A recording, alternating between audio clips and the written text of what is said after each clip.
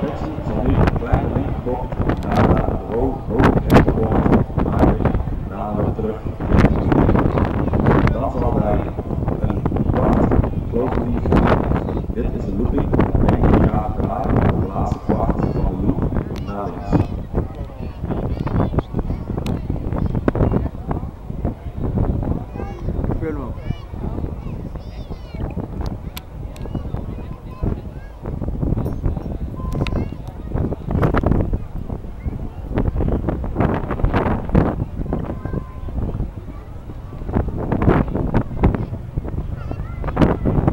Hij zal nu de boven doen.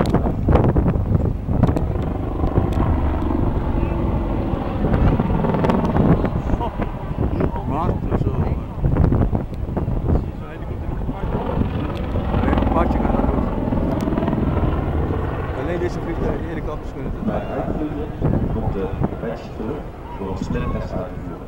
Dit is een manoeuvre waarbij de neus van de helikopter 20 graden omhoog gaat.